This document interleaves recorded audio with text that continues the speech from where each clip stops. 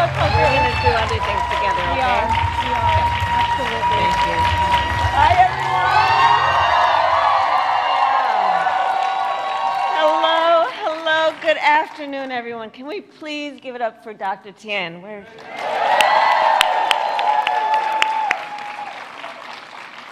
I had the chance to spend some time with her this afternoon, and I thanked her for her courage and for the work that she and her colleagues are doing at this critical time in our country, in the midst of this critical healthcare crisis. She has been an extraordinary leader. So thank you, Dr. Tien, for all that you are. And thank you to all the leaders who are with us today. Leader Driscoll, Leader Davis, Mayor Deegan, and Democratic State Party Chair Nikki Fried.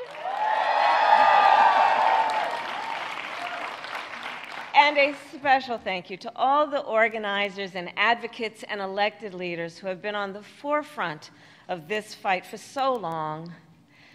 So listen, I think we all know, this is a fight for freedom. This is a fight for freedom. The fundamental freedom to make decisions about one's own body and not have their government tell them what they're supposed to do.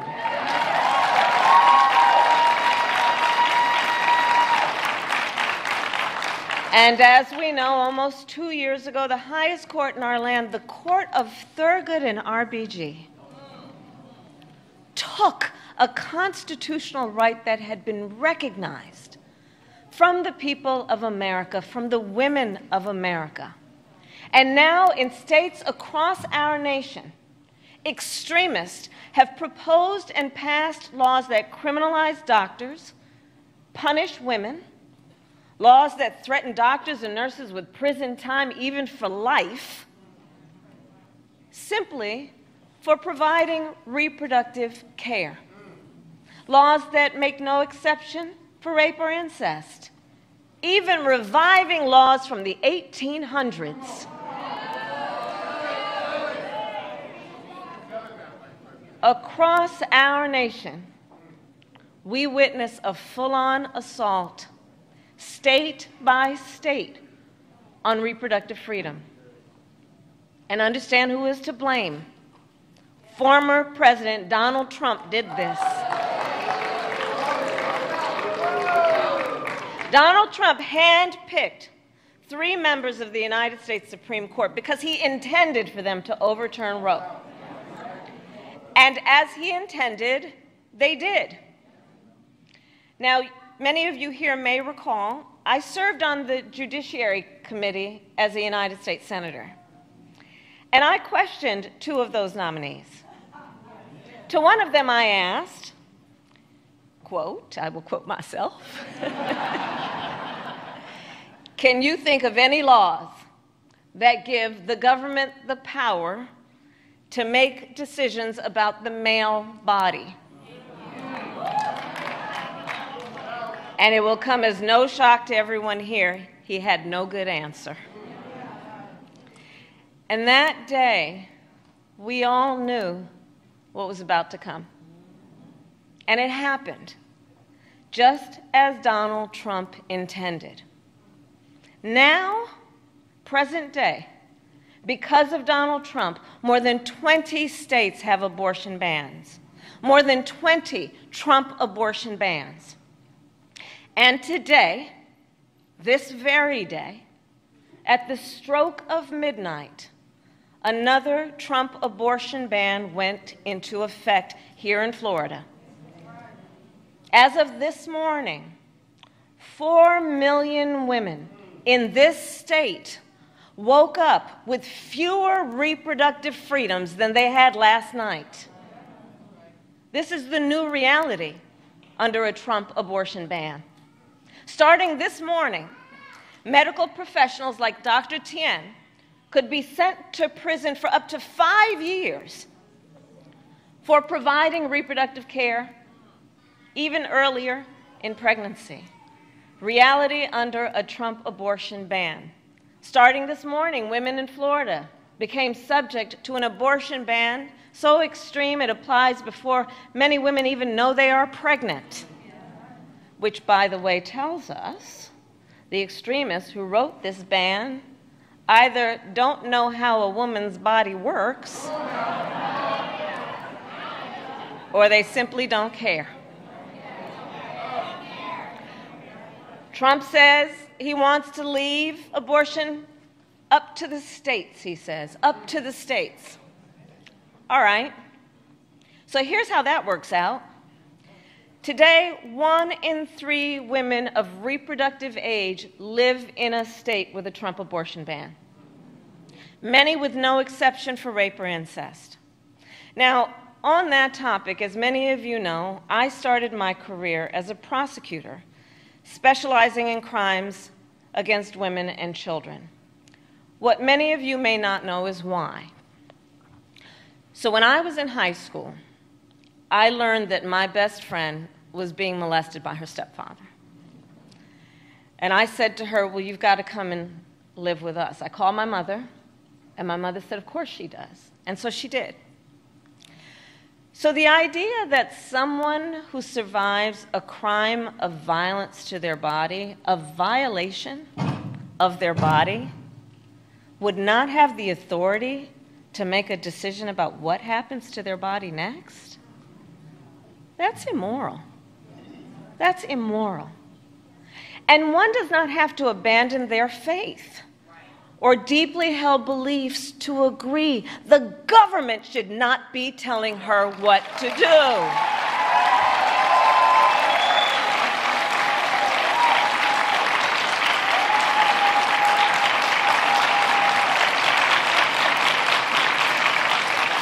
And let us understand the impact of these bans, the horrific reality that women face every single day.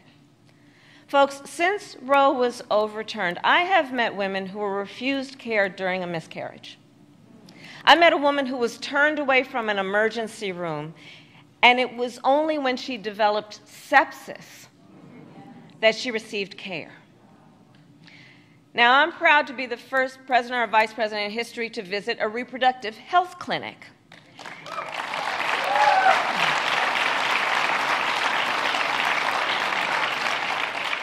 But around our country, since that decision came down, clinics have been forced to close.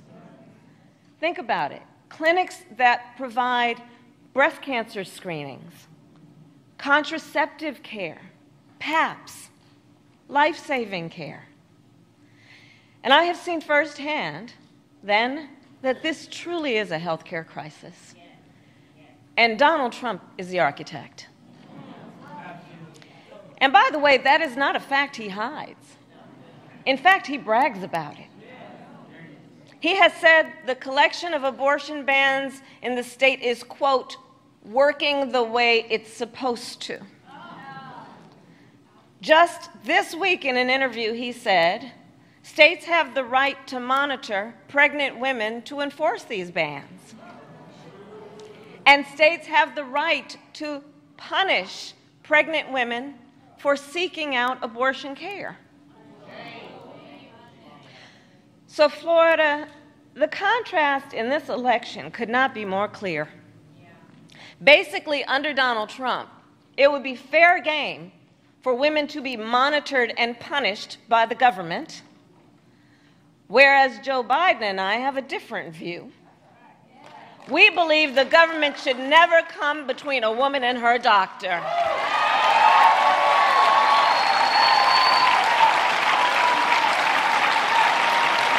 Never. And as much harm as he has already caused, a second Trump term would be even worse. Donald Trump's friends in the United States Congress are trying to pass a national ban. And understand, a national ban would outlaw abortion in every single state, even in states like New York and California. And now Trump wants us to believe he will not sign a national ban. Well, I say enough with the gaslighting. Enough with the gaslighting.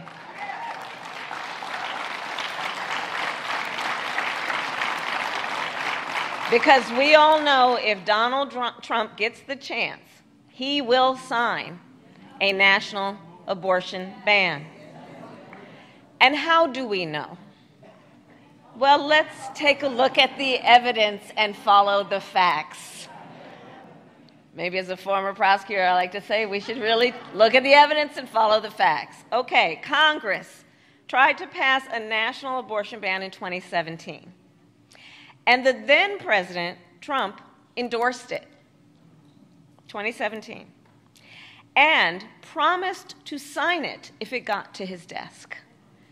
And in that same interview he gave this week, he seemed perfectly fine signing a national ban that would make it illegal to receive IVF treatment. Well, the great Maya Angelou once said, when someone tells you who they are, believe them the first time.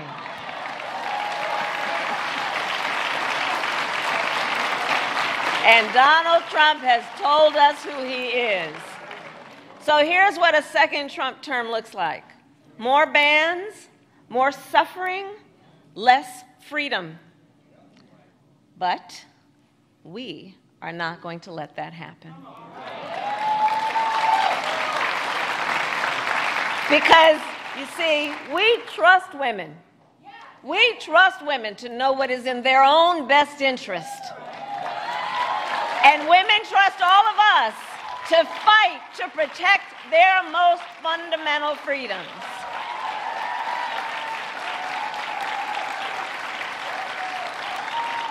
And this November, up and down the ballot, reproductive freedom is on the ballot. And you, the leaders, you, the people, have the power to protect it with your vote. Donald Trump may think he can take Florida for granted. It is your power that will send Joe Biden and me back to the White House.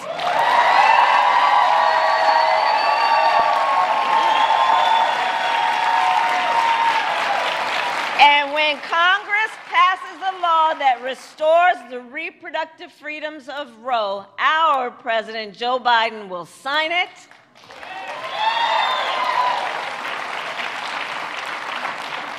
Donald Trump was the president who took away the protections of Roe. Joe Biden will be the president who puts the protections of Roe back in place. And it's going to take all of us to get there. And by the way, momentum is on our side. Just think about it. Since Roe was overturned, every time reproductive freedom has been on the ballot, the people of America voted for freedom. From Kansas to California to Kentucky, in Michigan, Montana, Vermont, and Ohio, the people of America voted for freedom. And not by a little, but often by overwhelming margins, proving also that this is not a partisan issue. It's not a partisan issue. And proving that the voice of the people has been heard and will be heard.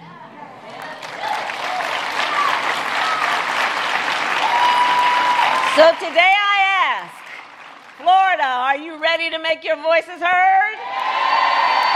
Do we trust women?